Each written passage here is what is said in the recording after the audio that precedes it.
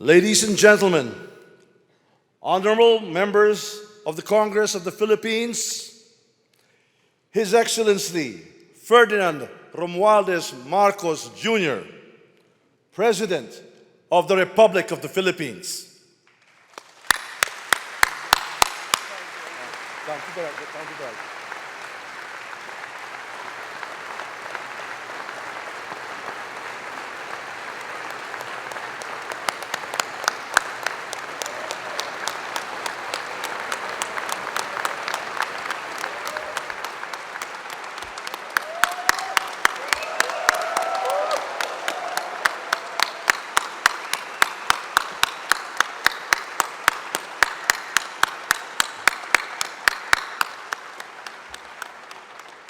Vice President Sara Zimmerman Duterte, former Presidents Joseph Ejercito Estrada, Gloria Macapagal Arroyo, and Rodrigo Roa Duterte, Senate President Juan Miguel Zubiri, and the honorable members of the Senate, House Speaker Ferdinand Martin Romualdez, and the honorable members of the House of Representatives, Chief Justice Alexander Gesmundo, and the honorable justices of the Supreme Court, the Apostolic Nuncio, Most Reverend Charles John Brown, and the esteemed members of the Diplomatic Corps, the honorable members of the Cabinet, our First Lady, Luis Araneta Marcos, and our children,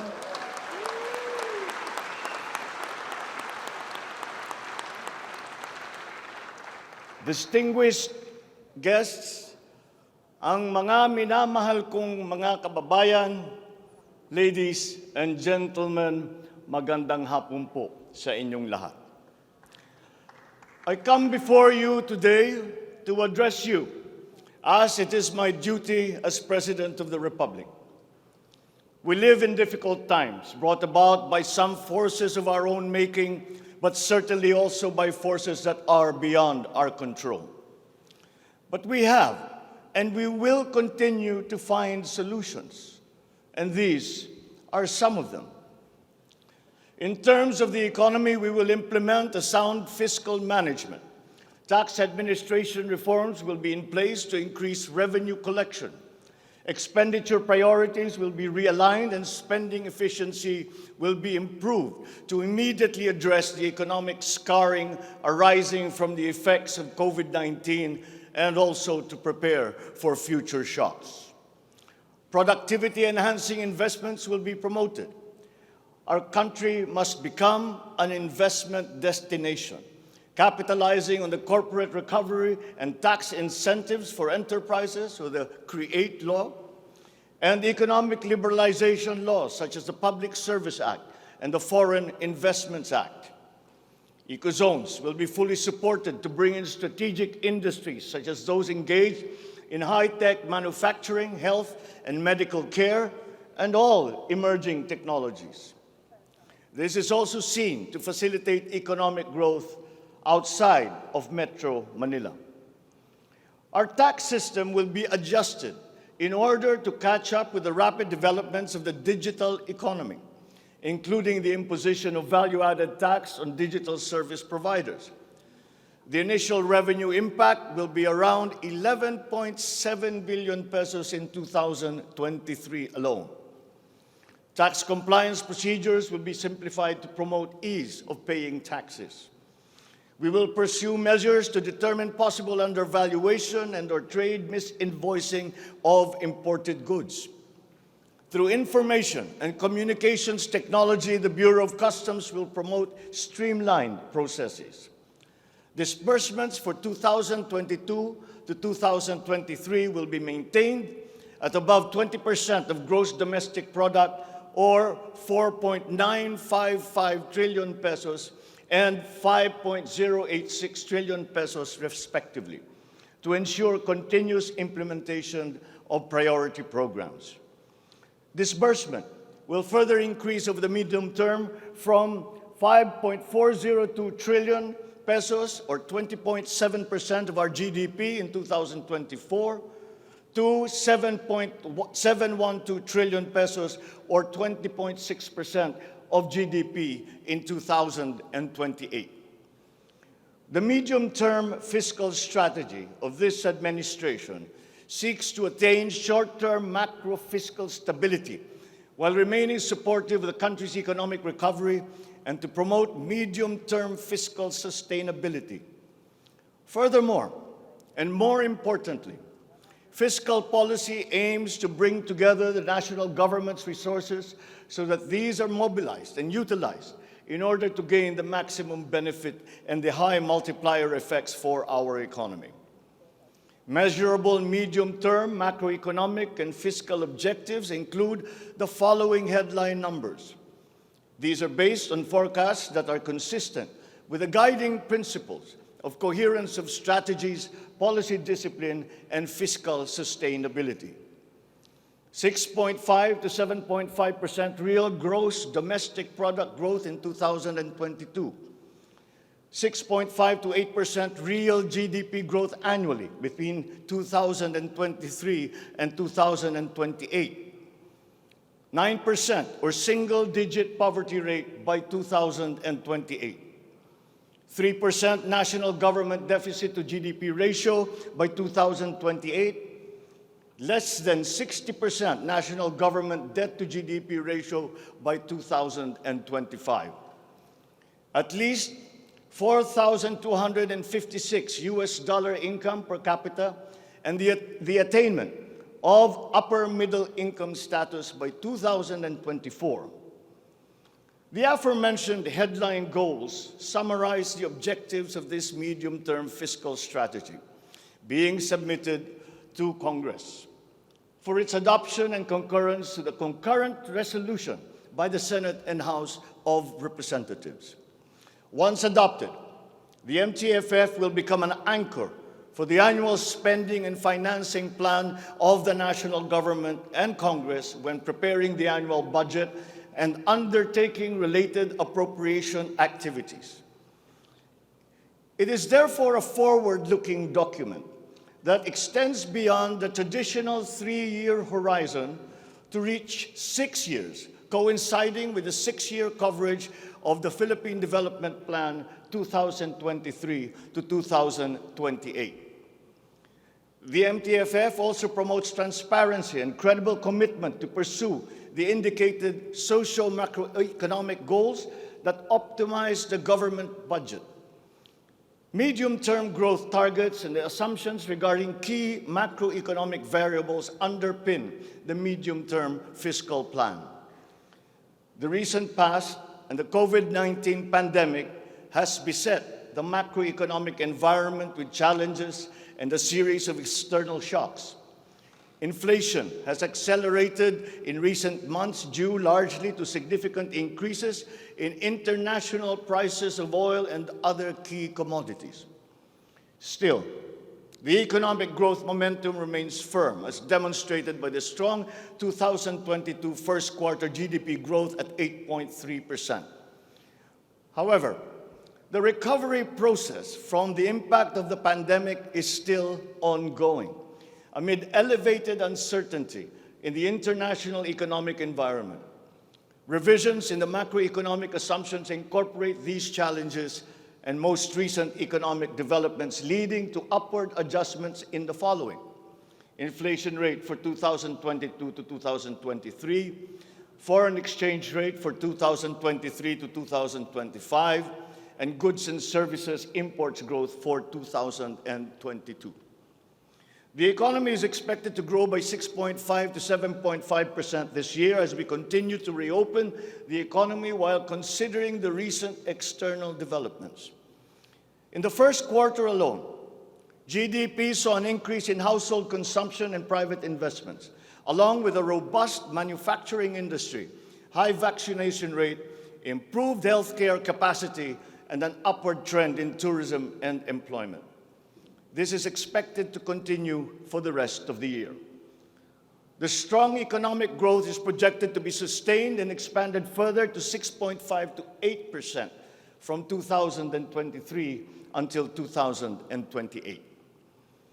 The average inflation for 2022 is projected to range from 4.5 to 5.5%, following the uptick in fuel and food prices as a result of the ongoing Russia-Ukraine conflict and the disrupted supply chains.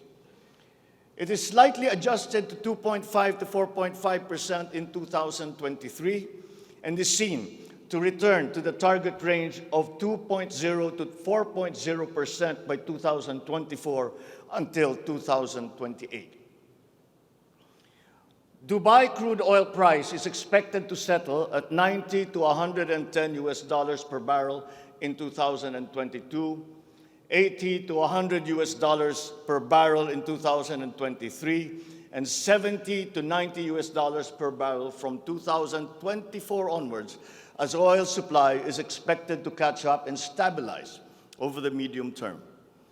The Philippine peso is projected to average between 51 to 53 pesos per US dollar in 2022 and 51 to 55 pesos per US dollar from 2023 onwards due to aggressive monetary policy tightening by the US Federal Reserve, market aversion amid the Russian-Ukraine conflict, and again, increased global oil prices. Lastly, exports of goods are expected to grow by 7% in 2022 and 6% from 2023 to 2028. On the other hand, imports of goods are projected to grow by 18% in 2022, 6% in 2023, and 8% from 2024 to 2028. I have instructed the NEDA to coordinate with other agencies and work on the Philippine Development Plan for 2023 to 28 and to submit to me the complete blueprint and progress of its implementation not later than year-end. One of the main drivers of our push for growth and employment will be in the agricultural sector. With regard to food supply, we are confronted by a two-pronged problem, that which will hit us in the short term and that which will hit us in the long term. Tayo ay nahaharap sa mga problemang kagyat nating mararamdaman at mga hamong pangmatagalan. Ang mga suliraning agarang mararamdaman ng ating mga kababayan ay ang posibilidad ng tuloy-tuloy na pagsipa ng presyo ng pagkain at kakulangan sa supply ng ating pagkain. Upang masuportahan ang mabimili para mapanatili ang kanilang purchasing power o kapangyarihan sa pagbili, isinapinal ng Department of Agriculture ang planong taasan ang produksyon sa susunod na panahon ng pagtanim o planting season sa pamamagitan ng tulong pinansyal at teknikal. Magbibigay tayo ng pautang habang mas ilalapit natin sa sektor ng agrikultura ang hindi gaanong mahal na farm inputs na bibilhin na ng bulto ng gobyerno. Kabilang dito ang abono, pestisidyo, mga punla, feeds, fuel subsidy, at ayuda para sa mga karapat-dapat na benepisyaryo. Para sa pangmatagalang solusyon, itataas natin ang produksyon ng mga kalakal at produktong pang-agrikultura. At para magawa ito, pagtitibayin natin ang tinatawag na value chain na nagsisimula sa mga magsasaka hanggang sa mga namimili. May mga bahagi ng value chain na sa ngayon ay kanya-kanya ang operasyon. Pagtibayin natin ang koordinasyon ng iba't ibang bahagi nito. Ang pagsasaliksik para sa mga makabagong paraan at ng pagtatanim at pag-aalaga ng hayop ay masusing gagabayan ng Department of Agriculture. Ang produksyon ng farm inputs o mga kakailanganin ng mga magsasaka sa pagpapalago ng kanilang sakahan ay ating iaayon sa mga hamong dala ng climate change at global warming. Mahigpit na pagsusuri ang gagawin ng ating mga eksperto tungo dito. Ang mga pautang at financial assistance sa mga magbubukid at mangingisda ay magiging institusyon at patakaran ng aking administrasyon.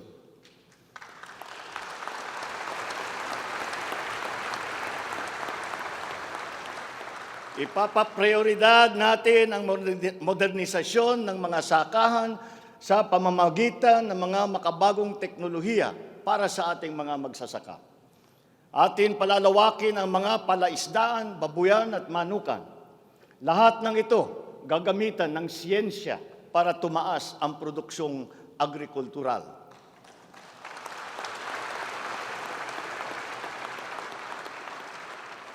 Maging ang post-production at processing ay susuportahan ng pamahalaan.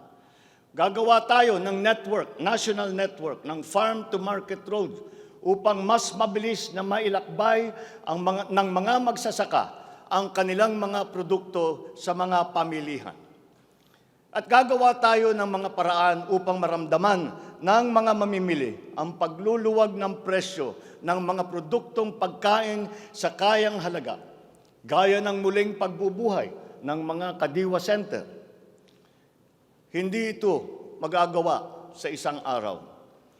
Hindi magagawa sa isang buwan o isang taon lamang. Ngunit, kailangan na natin simulaan ngayon.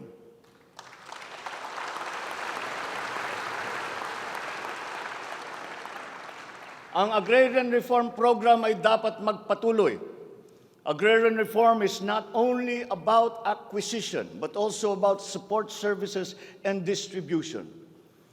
To assist this, I intend to issue an executive order to impose a one-year moratorium on the payment of land amortization and interest payments.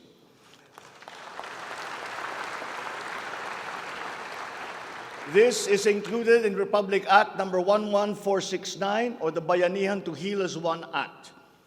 A moratorium will give the farmers the ability to channel the resources in developing their farms, maximizing their capacity to produce, and propel the growth of our economy.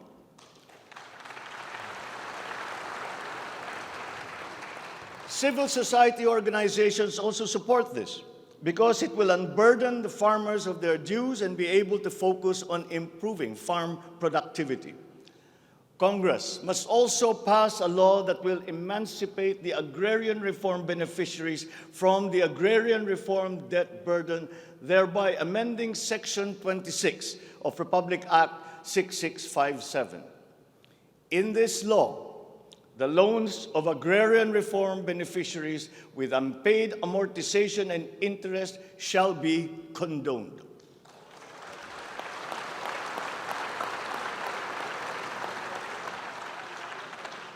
Layunin ng batas na ito ay burahin ang hindi mabayarang utang ng ating mga magsasaka na benepisyaryo ng agrarian reform. Agrarian reform beneficiaries who are still to receive their awarded land under the Comprehensive Agrarian Reform Program shall receive it without any obligation to pay any amortization.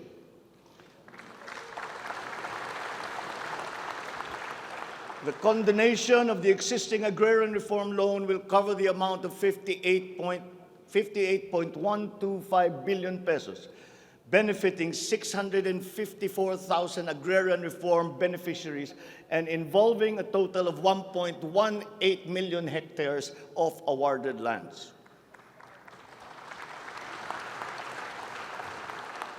Executive Order number 75, Series 2019, requires that all government agencies, bureaus, departments, and instrumentalities to turn over agricultural lands to qualified agrarian reform beneficiaries. At present, we have a total of 52,000 hectares of unused agricultural lands of the government, which shall now be used for distribution to the following sectors in accordance with Section 40 of the Republic Act number 6657 as amended. Thus, landless war veterans, landless surviving spouse and orphans of war veterans, landless retirees of the Armed Forces of the Philippines and the Philippine National Police. Agricultural lands acquired under this program will be given to graduates of college degrees in agriculture who are landless.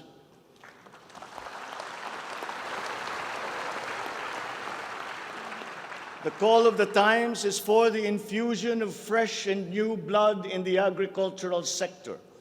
We need a new breed of farmers equipped with modern agricultural technology able to engage in sustained scientific farming that will not only increase farm yields, but also resilience in the face of climate change.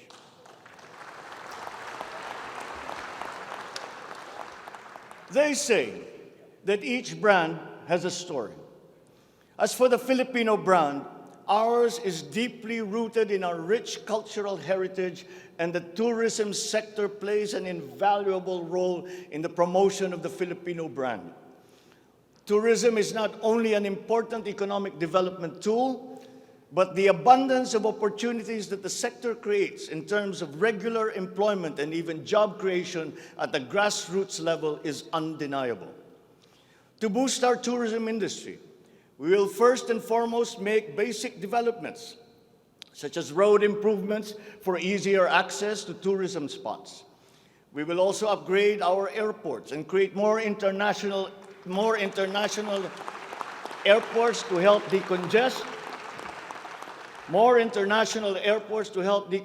the bottleneck in the Manila airport. We will also make it more convenient for travelers to go around the country, even to remote areas, to help promote undiscovered tourist spots. This program will be led by the Department of Tourism together with the Department of Public Works and Highways.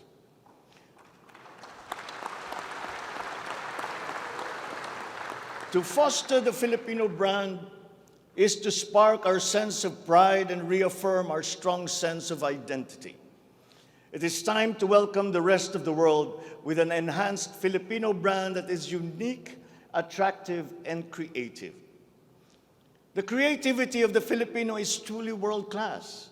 We excel in arts and culture, new media, live events, avenues which generate primary and downstream jobs for our creative and talented countrymen.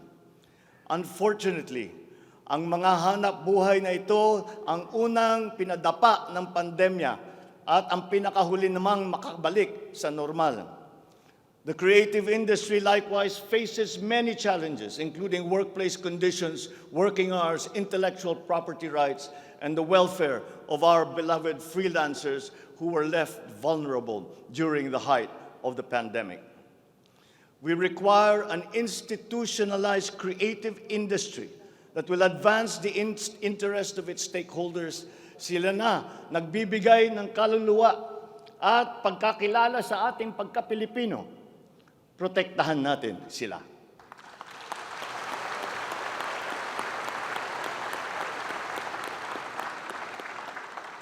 The Department of Social Welfare and Development has a large part to play in all of this.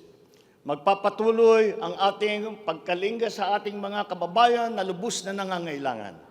Hindi po natin sila pababayaan. Mangunguna sa pag-aagapay sa kanila ang Department of Social Welfare and Development. Utos ko sa DSWD ang mabilis na pagtugon sa pangangailangan ng mga biktima ng kalamidad at mga iba't ibang krisis. Ang mga field office nila ay inatasan na maagang maglagak ng family food packs at non-food essentials sa mga LGU, bago pa man manalasa ang anumang kalamidad. Magdadagdag tayo ng mga operation center, warehouse at imbakan ng relief goods, lalo na sa mga malalayong lugar na mahirap marating. Titiyakin natin na maayos ang koordinasyon ng DSWD at Department of Human Settlements and Urban Development nang sa ganon, madali ang pagpatupad ng Emergency Shelter Assistance Program para sa mga biktima ng kahit anong kalamidad.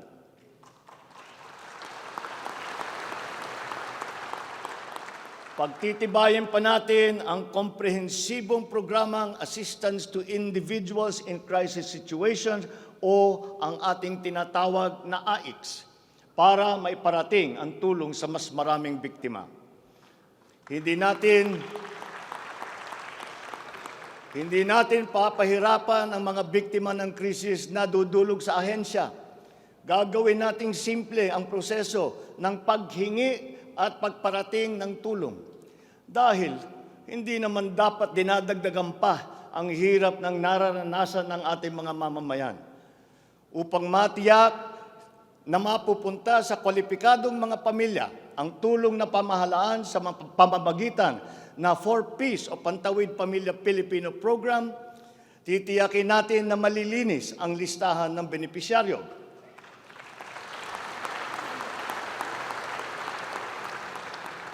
Higit na sa 1 milyong pangalan na ang nakapag-graduate na sa listahan. At nagagalak akong mabatid na sila ay nakakatayo na sa kanilang sariling paa. Kaugnay nito ay inutusan ko ang DSWD na pag-ibayuhin pa ang pagrepaso ng listahan upang maitutok ang pamimigay ng sapat na ayuda sa mga lubos na nangangailangang pamilya. Magpapatuloy ang supplemental feeding program para sa mga bata sa child development centers at supervised neighborhood play at lalo pa nating palalawakin sa taong 2023. Hindi rin natin nakakalimutan ang mga solo parents at mga nanay na nahiwalay sa kanilang mga mister dahil sa karahasan. Pagtitibayin natin ang programa sa violence against women and their children. Kabilang na ang counseling para sa mga biktima, katuwang ang ating mga LGU. Tiyakin natin na sapat ang pondo sa halos 70 residential care centers at 7 non-residential care centers para sa vulnerable sectors at persons with disabilities na sumisilong dito. Sa ating sitwasyon ng pangkalusugan, nariyan pa rin ang banta ng COVID-19. Lalo't may mga nadidiskubring bagong variant ng coronavirus. Pero hindi na natin kakayanin ang isa pang lockdown. Wala na tayong gagawing lockdown.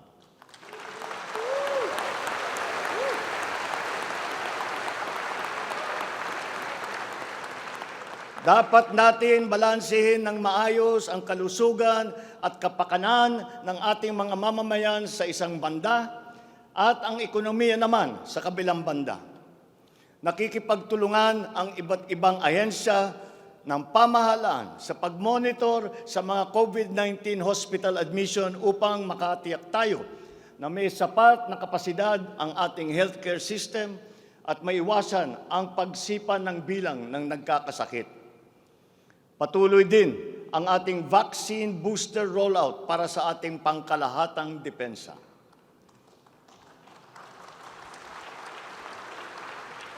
Sa ganitong paraan, kahit pa tumaas muli ang bilang ng mga COVID cases, mananatiling mababa ang bilang ng mga maospital at bilang ng mga namamatay. Sa pamamagitan ito, unti-unti rin tayong masasanay na nariyan ang virus pero hindi na seryoso ang banta sa ating buhay. Iaayon natin ang ating mga health protocols sa kung ano ang ating pangangailangan sa paglipas ng panahon at lalo pang iibayuhin ang kooperasyon kasama ang pribadong sektor upang tumaas pa ang kumpiyansa ng mga mamumunuhan nang sa gayon ay bumalik na tayo sa full capacity, lalo-lalo na ang ating mga negosyo.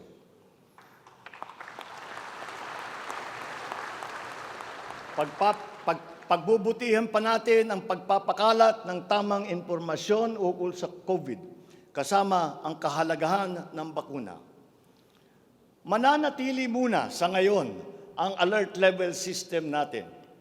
Pinapag-aralan natin ang ibang paraan ng klasifikasyon upang mas babagay sa kasalukuyang sitwasyon, lalong-lalo na sa pagbabago ng COVID. Sa pakikipagtulungan ng Kongreso, itatatag natin ang ating sariling Center for Disease Control and Prevention at ang isang Vaccine Institute.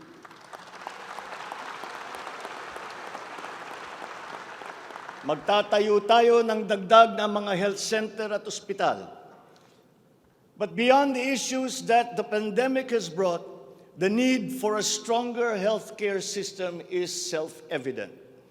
We must bring services, medical services to the people and not wait for them to come to our hospitals and healthcare centers. Napakinabangan natin ng husto ang malalaking specialty hospital gaya ng Heart Center, Lung Center, Children's Hospital at National Kidney and Transplant Institute. Kaya maliwanag na hindi lang dapat dito sa National Capital Region kundi maging sa ibang parte ng bansa.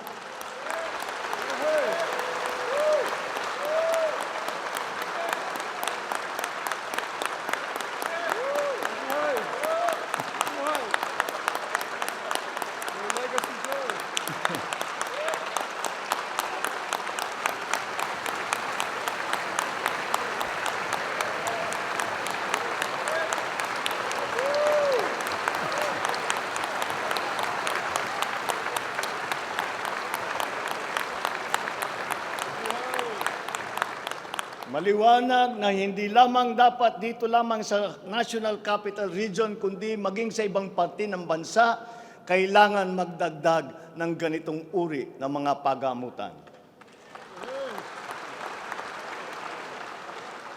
Bukod dito, upang mailapit natin ang healthcare system sa taong bayan, nang hindi sila kailangan pumunta sa sentro ng kanilang bayan, lalawigan o region, ay maglalagay tayo ng mga clinic, mga RHU, na pupuntahan ng mga doktor, nurse, midwife, medtech, 1 beses, 2 beses sa 1 linggo.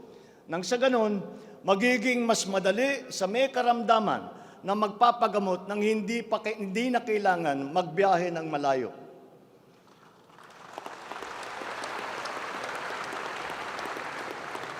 One of the cornerstones of a strong healthcare system is the provision of competent and efficient medical professionals. We will exert all efforts to improve the welfare of our doctors, our nurses, and other medical frontliners. Dapat din tayong magkaroon ng sapat na supply ng gamot na kinakailangan sa pang-araw-araw ng ating mga mamamayan.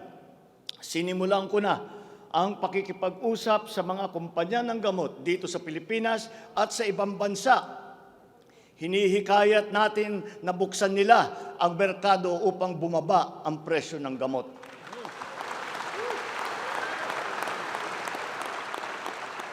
Halimbawa, kung mas marami ang mas murang generic o hindi branded na gamot sa merkado, mas bababa rin ang presyo dahil sa kompetisyon.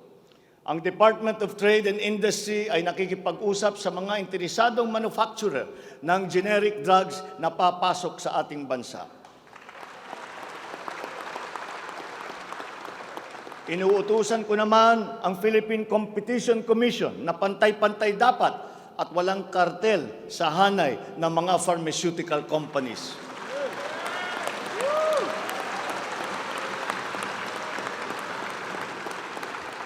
Dahil kapag bukas ang merkado, bababa ang presyo ng gamot para mapakinabangan ng ating mga mamamayan. This is one of the hard lessons that we learned when the pandemic struck, and therefore we must act on that shortcoming.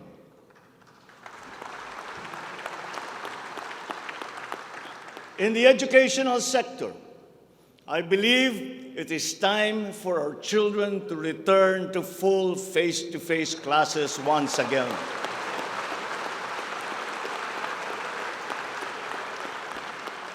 The Department of Education, led by our highly able Vice President Sara Duterte, is now preparing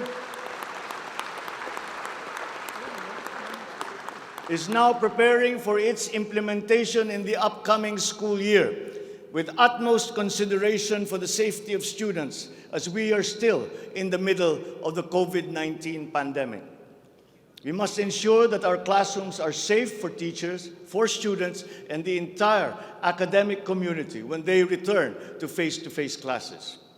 We continue to encourage everyone to get their booster shots in preparation for the resumption of in-person classes. This is one of the reasons I have directed the Department of Health and the Department of Interior and Local Government to undertake another rollout of booster shots.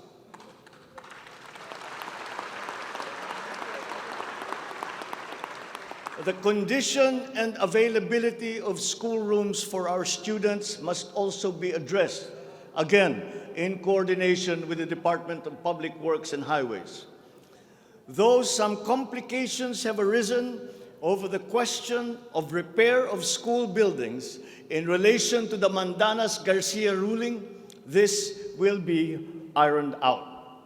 We have been in discussion with local government leaders, governors, and mayors in the last few weeks to determine with the LGUs what is actually practicable, what functions belong to the LGUs, and what belong to the national government. There have also been lengthy discussions on the continuation and viability of the K-12 school system. We are giving this careful review, and all necessary inputs and points of view are now being considered. In the longer term, we are instituting a program of refresher courses and retrainings for our teachers so they can stay abreast of the rapid growth in technology, especially in this post-pandemic world. As for the horror stories that we have heard about the poor quality of educational materials and supplies that are being given to our schools, this must end.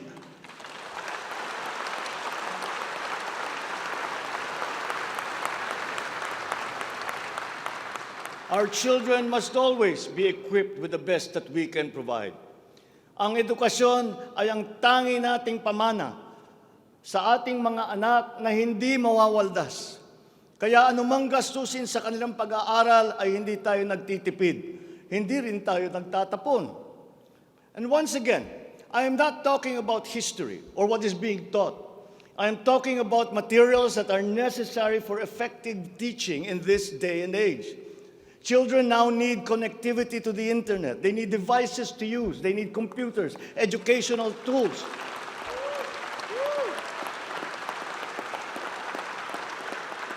So that they might participate fully in the digital community here and abroad. We must do better in the international rankings, especially when it comes to the so-called STEM subjects: science, technology, engineering, and mathematics. These skills, this knowledge, are necessary for our young people to be able to compete in a highly technological and competitive world. The raw talent is there in our young people. It is up to our educational system to develop and to refine that great pool of talent.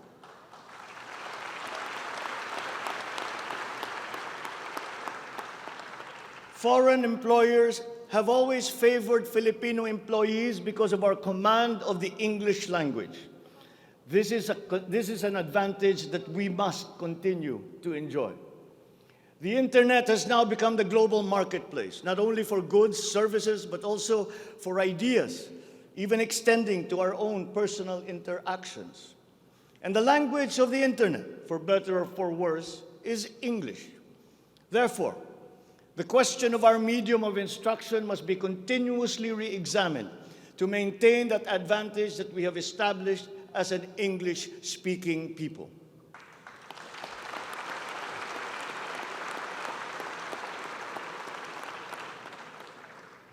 On a related subject, we are entering an age of exponential adoption of technology. It is the fourth industrial revolution. This will be characterized by the infusion of technology into almost every facet of our lives. Breakthrough technologies in the areas of quantum computing, artificial intelligence, nanotechnologies, the Internet of Things, robotics, self-driving electric vehicles, 3D printing, virtual and augmented realities, among others, that will radically transform the way business is done. The scale and the speed at which these innovations are introduced universally into our everyday lives and activities is unprecedented in our recorded history. We cannot stand idly by. The mission of our Department of Information and Communications Technology is to identify and utilize these innovations to improve governance. It has the daunting task now of transforming our government into an agile bureaucracy that is responsive to the needs of the public.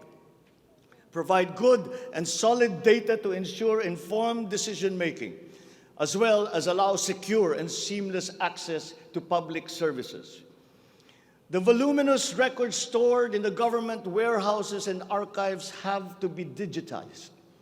Those that are already stored in various inventories of data should be harmonized and shared across departments and agencies. Needless to say, these have to be kept in large data centers that are secure yet accessible. The national ID will play an important part in this digital transformation.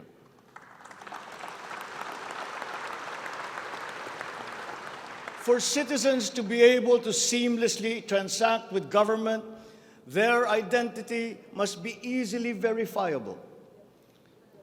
We expect to issue 30 million physical IDs and 20 million digital IDs by the end of this year. The target is to accomplish the issuance of about 92 million IDs by the middle of next year. As the world moves into rapid digitalization, the digital divide will become more pronounced. The depth and breadth at which these technologies will be transformative in our lives is fully expected. This will open new opportunities for the creation of wealth, but will also likely create inequalities. Hence, universal connectivity will be a vital component in order to ensure that no citizen is left behind.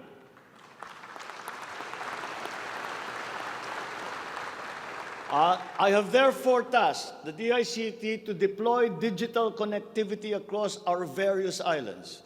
This will be done through the implementation of the National Broadband Plan, the Common Tower Program, connecting our geographically isolated and disadvantaged areas via our Broadband ng Masa project.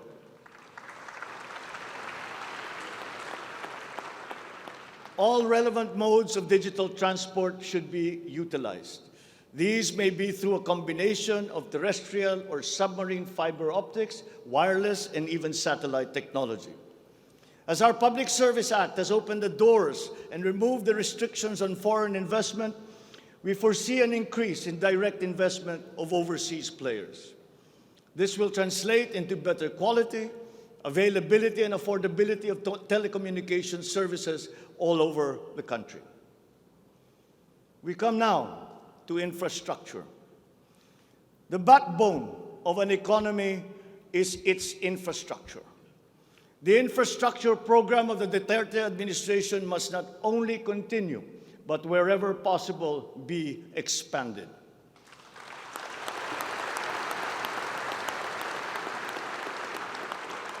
We shall confidently build on this firm foundation established by my predecessor, as it is in building an edifice. We must keep the momentum and aspire to build better, more. Necessarily, infrastructure development will remain a very high priority in our drive for growth and employment. Once again, I will not suspend any of the ongoing projects, as those have already been shown to be of benefit to the public that they serve.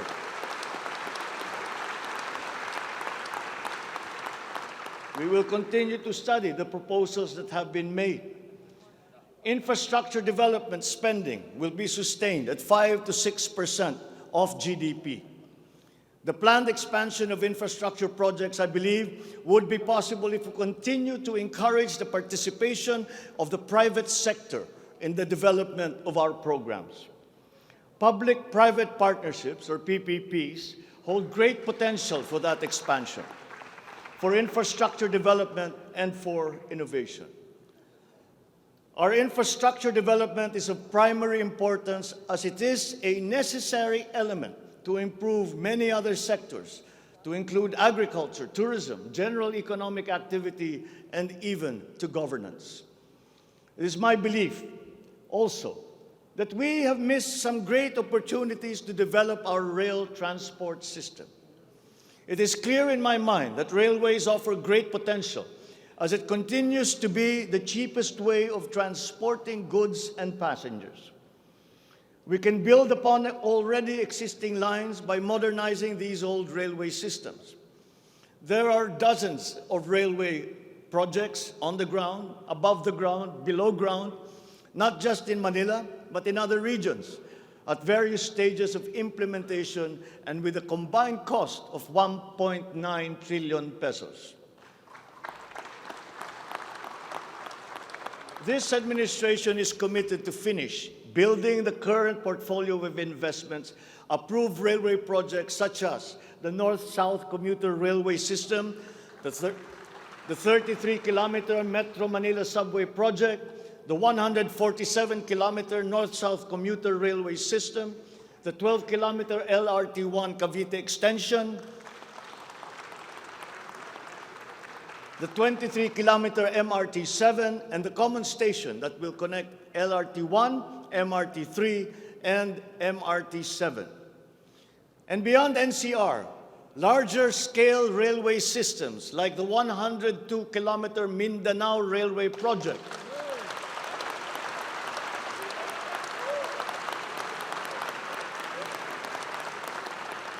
the Panay Railway Project,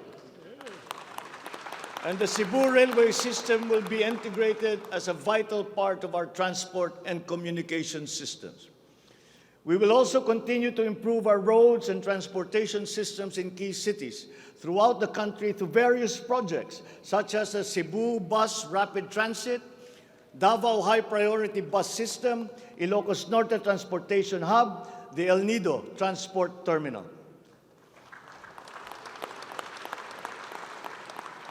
My order to the Department of Transportation, or DOTR, is really very simple. Full speed ahead.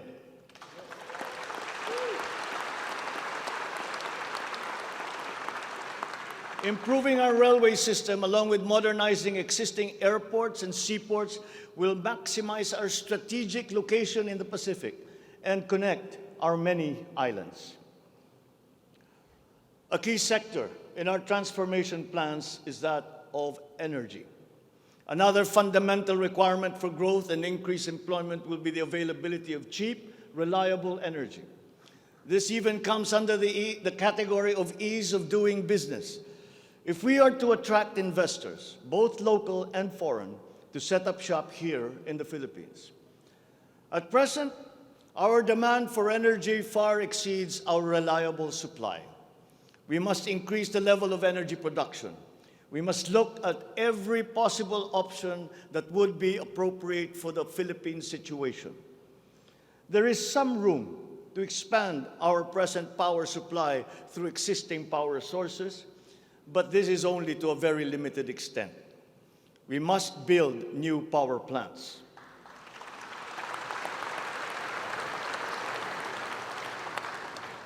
We must take advantage of all the best technology that is now available, especially in the areas of renewable energy.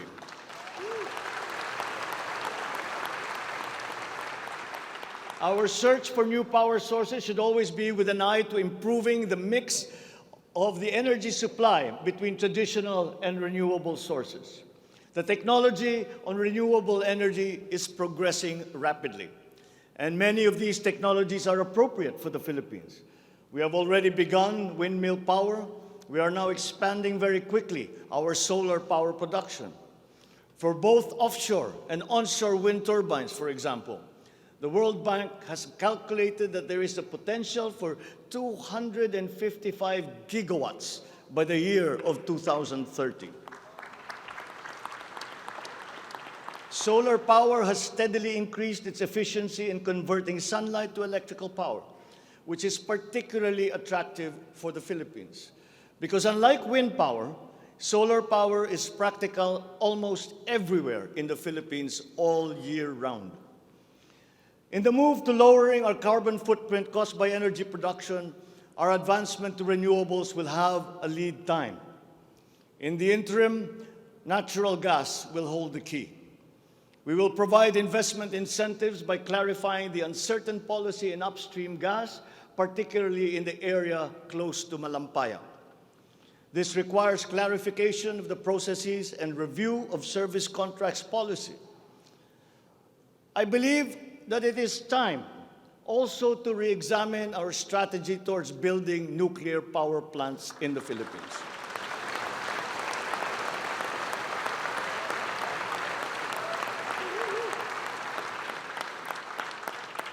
We will comply, of course, with the International Atomic Energy Agency regulations for nuclear power plants as they have been strengthened after Fukushima. In the area of nuclear power, there have been new technologies developed that allow smaller-scale modular nuclear plants and other derivations thereof. Once again, PPPs will play a part in support as funding in this period is limited. Furthermore, we must examine the entire system of transmission and distribution for the purpose of finding ways to lower the price of energy to the consumer and to industry. We must expand the network of our transmission lines while examining schemes to improve the operation of our electrical cooperatives. All this in aid of reducing energy costs, especially but not limited to households. All this impetus for development and growth we undertake within the context of accelerating climate change and extreme weather conditions. Though we are a minor contributor to climate change globally, we have the unfortunate distinction of being one of the most vulnerable countries to the effects of climate change. For the welfare of our people, it is incumbent upon us to alleviate the effects of that vulnerability. The use of renewable energy is at the top of our climate agenda. We will increase our use of renewable energy sources such as hydropower, geothermal power, solar, and wind. Geographically, we are a disaster-prone country. Capacity building for our natural disaster resiliency is therefore a must. Investment in science and technology is imperative to enable us to have accurate weather forecasts and on-time disaster alerts. Studies show that already now, many areas in the Philippines are at high risk from the rise in sea levels brought about by the increase in global temperature. We must adapt to this phenomenon with disaster-proof planning for our communities. We will also look into the precarious freshwater supply situation in the country, especially in our urban areas. Many of our water supply systems date back to the 1950s, and they must now be rehabilitated and improved. I've instructed the DNR, together with the DPWH, to explore possible partnerships with the private sector to address this crucial situation. The Philippines has excellent laws on the environment, but we have to guarantee that these laws are properly enforced. And this will require a great deal of coordination and cooperation between concerned government agencies and private stakeholders. Companies who exploit our natural resources must follow the law. We all have the responsibility to preserve this earth, for we are but custodians, and we will pass on this great treasure to future generations.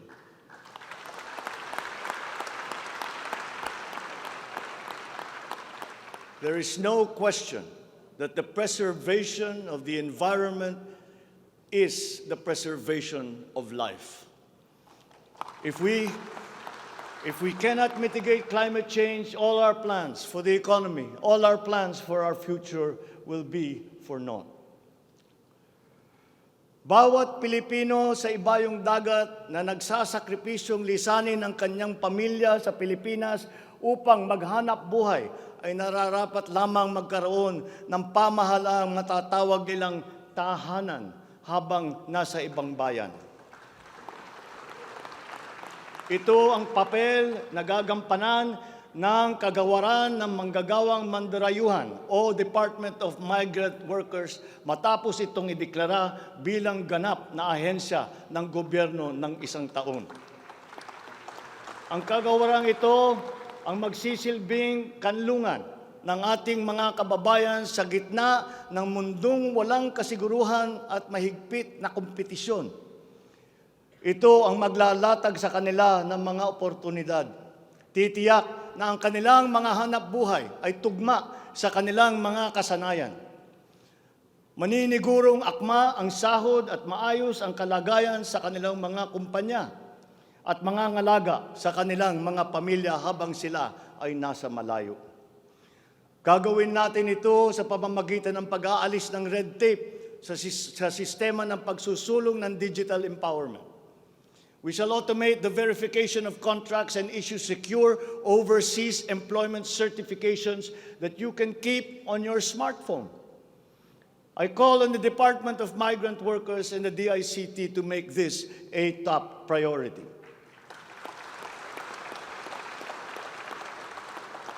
Tinatawagan ko rin ang Department of Foreign Affairs na makipagtulungan sa Department of Migrant Workers na tiyakin ang lahat ng mga diplomatic post ay tutulong na agarang maibalik sa trabaho ang mga ating mga overseas Filipino workers na nawalan ng hanap buhay nitong nakalipas na ilang taon. Mula sa 3 buwan ay gagawin na lang nating 3 linggo para sa isang dayuhang employer na iproseso ang mga papeles ng Pilipinong nais nitong kunin bilang empleyado. Aatasan din natin ang kagawaran ng gawing simple ang komplikadong handbook ng mga tuntunin at regulasyon para sa mga OFW. Nang sa gayon ay maging maalwan ang mga transaksyon may kinalaman sa kanilang pangingibang bansa. Mula sa handbook na may 240 seksyon, ay gagawin nating pamphlet na lamang na hindi hihigit sa 100 pahina. Mahirap na nga ang buhay. Kaya naman, ayaw pa natin makitang lalo pang nahihirapan ang ating mga manggagawang mandarayuhan sa pagtupad sa kanilang mga pangarap. Para sa mga kababayan nating naiipit sa kaguluhan, inaabuso at nanganganib ang buhay, ikinagagalak kong sa ilalim ng aking pamumuno ay ilulunsad natin ang One Repatriation Command Center o ORCC. Ilalaan natin ang isang social media platform ng Department of Migrant Workers at ang hotline upang matulungan agad at maligtas sila mula sa mas higit na kapahamakan. Noon, nangungutang pa ang isang ina ng bawat OFW upang sumakay ng barko para pumunta sa Maynila at mangatok sa iba't ibang ahensya para mapauwi ang anak na inaapi. Ngayon, kami na ang tatawag sa mga magulang ng OFW para sabihin sa kanila ang petsa kung kailan nila mayayakap at makakapiling ang kanilang mga anak.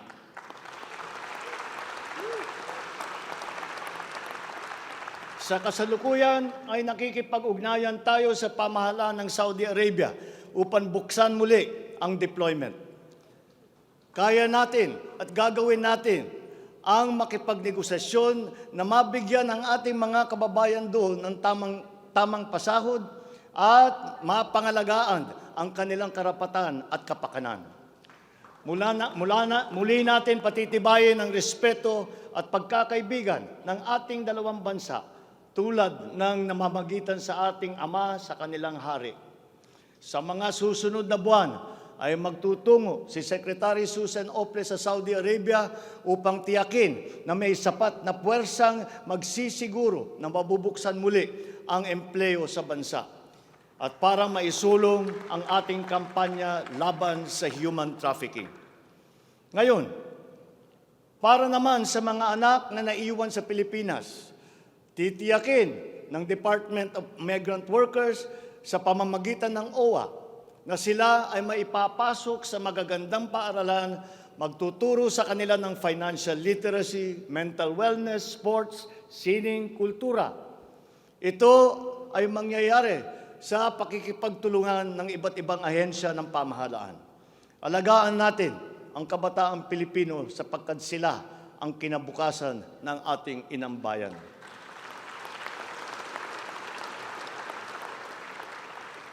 Sa ating mga kababayan na nasa ibang bansa, you deserve a home in government, not only for the money that you send home, but you are not cold tools of the economy You deserve it for your sacrifices for our country and your perseverance and excellence in the global arena. You OFWs represent the fighting faith of the Filipinos as a nation and as a people. Let us transform your overseas journey into inspirational stories for all time. Thanks to you, our dear legislators, and of course to the man every OFW now refers to as their tatay, President Rodrigo Duterte. You passed the law that created this new home for our OFWs.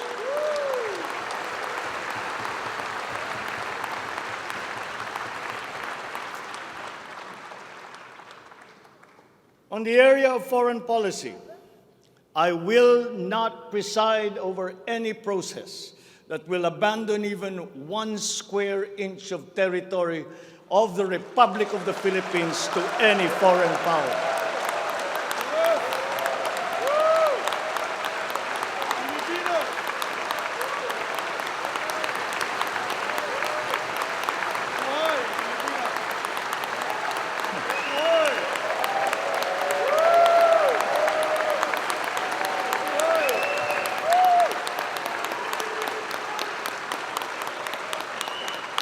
With respect to our place in the community of nations, the Philippines shall continue to be a friend to all, an enemy to none. The Philippines has always been open and welcoming to all our foreign friends and visitors. That is our worldview. That is our culture. But let me be clear. We are very jealous of all that is Filipino.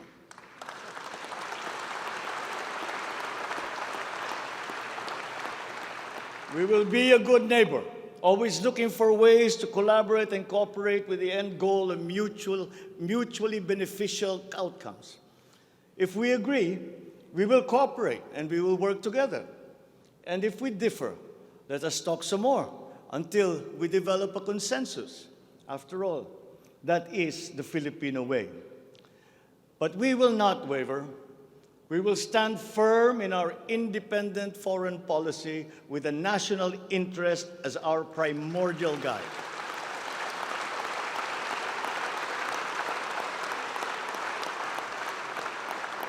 We commit to maintaining good relations with the rest of the world. As a matter of fact, it is my sincere belief that the need for strong bonds and collaboration among nations emerges in the direst of times, such as in a pandemic. The partnerships and alliances that we make with all will provide stability that all nations will need as we emerge into this new global economy. The Philippines will continue to promote stronger and multifaceted relationships with all our partners around the world. We are, in fact, grateful for the messages of support and offers of help that we have received from many of our friends in the international community. This has been communicated to us through the different envoys and ambassadors here in the Philippines. Such strong relationships can only be beneficial to all involved. As I am here today addressing the legislature, allow me now to propose legislation that we would like you to pass in support of these programs. 1, National Government Right-Sizing Program, a reform mechanism that seeks to enhance the government's institutional capacity to perform its mandate and to provide better services while ensuring optimal and efficient use of resources. Compared to previous government reorganization efforts, the NGRP will entail a comprehensive strategic review of the functions, operations, organization, system, and processes of the different agencies, and massive and transformational initiatives in agencies concerned, such as mergers, consolidations, splitting, transfer, and even the abolition of some offices. The right-sizing efforts will also involve the conduct of a comprehensive strategic review of functions, programs, and projects that will cut across various agencies. Number 2, a budget modernization bill. This seeks to institutionalize a cash-based budgeting system under Executive Order Number 91, Series 2019, to strengthen fiscal discipline in the allocation and use of budget resources by ensuring that every peso budgeted by the government would lead to the actual delivery of programs and projects. The full implementation of the CBS is timely and vital as the government executes response and recovery plans post-pandemic. Number 3, Tax Package 3 Valuation Reform Bill. This bill provides for the establishment of real property values and valuation standards across the country, and B, the development of real property information system that provides for the database of all real property transaction and declarations in the country. Number 4, Passive Income and Financial Intermediary Taxation Act. This seeks to reform the taxation of capital income and financial services by redesigning the financial sector taxation into simpler, fairer, more efficient, and a revenue-neutral tax system. It also represents to adopt a regionally competitive tax system. Number 5, E-Government Act, which provides for the establishment of the E-Government Master Plan, which shall cover all e-government services and processes. Number 6, the Internet Transaction Act, or e-commerce law, which aims to establish an effective regulation of commercial activities through the Internet or electronic means to ensure that consumer rights and data privacy are protected, innovation is encouraged, fair advertising practices and competition are promoted. Online transactions are secured, intellectual property rights are protected, and product standards and safety are observed. Number 7, Government Financial Institutions Unified Initiatives to Distressed Enterprises for Economic Recovery. This seeks to provide financial assistance to distressed enterprises critical to economic recovery through programs and initiatives to be implemented by the Land Bank of the Philippines, the Development Bank of the Philippines, and the Philippine Guarantee Corporation for purposes of addressing liquidity or solvency problems of MSMEs and strategically important industries to encourage their continued operation and maintain employment. Number 8, the establishment of a Medical Reserve Corps. Establishes a Medical Reserve Corps under the Health and Emergency Management Bureau of the DOH. The MRC shall be composed of licensed physicians, medical students who have completed their 4 years of medical courses, graduates of medicine, registered nurses, licensed allied health professionals. Number 9, National Disease Prevention Management Authority. This bill seeks to create the Center for Disease Prevention and Control attached to the DOH. Number 10, the creation of the Virology Institute of the Philippines. This will create the Virology Science and Technology Institute of the Philippines as an attached agency of the DOST. All offices and units under the DOST with functions related to virology shall now be transferred to the Virology Institute of the Philippines. Number 11, the Department of Water Resources. This seeks to create the Department of Water Resources and adopts the integrated water resource management as the strategic framework for national water management, policymaking, and planning. Number 12, Unified System of Separation, Retirement, and Pension. This grants a monthly disability pension in lieu of disability benefits provided under existing laws for military and uniformed personnel retired by reasons of disability. Number 13, the E-Governance Act. It promotes the use of internet, and other ICT to provide opportunities for citizens. Number 14, the National Land Use Act.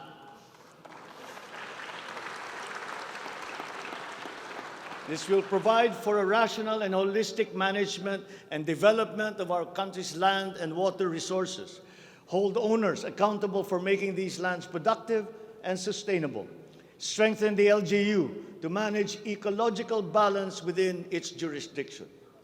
It also provides for land use and physical planning framework as a mechanism in determining policies and principles to implement this legislative measure. Number 15, the National Defense Act. This seeks to amend the antiquated National Defense Act of 1935 to provide for a change in the military structure of the armed forces of the Philippines that is more responsive to current and future non-conventional security threats to the country's territorial integrity and national sovereignty.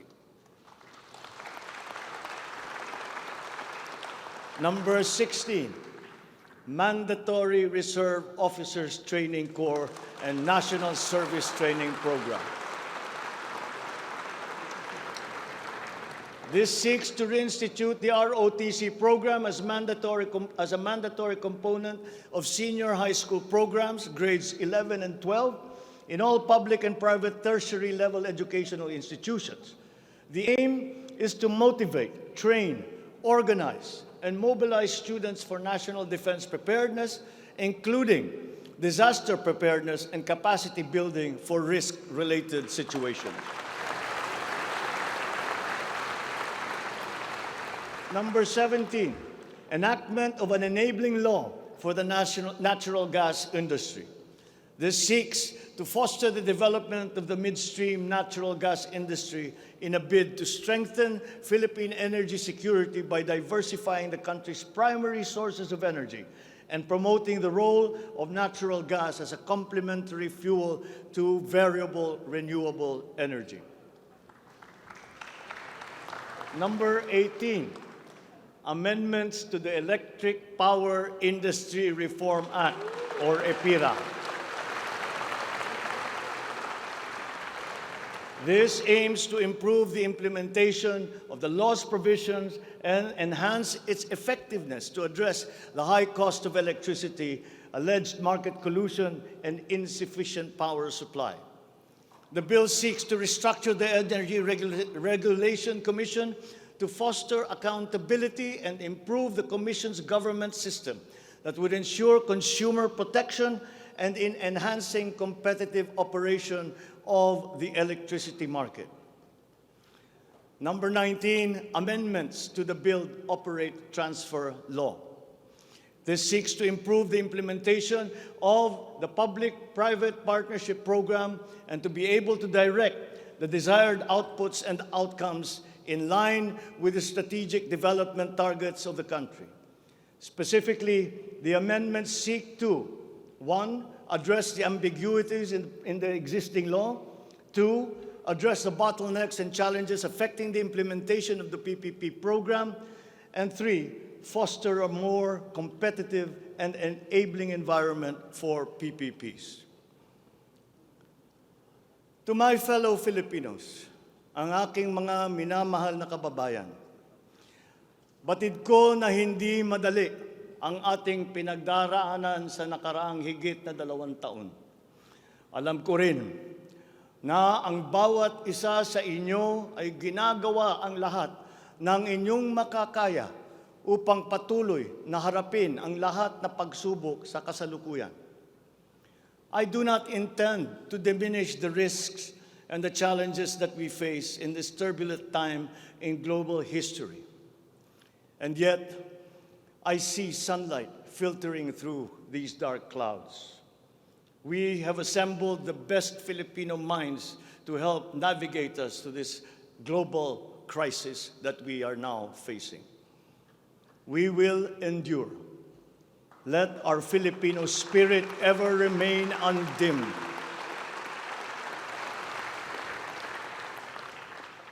I know this in my mind. I know it in my heart. I know it in my very soul. The state of the nation is sound. Thank you and good afternoon. Marami pong salamat sa inyong lahat.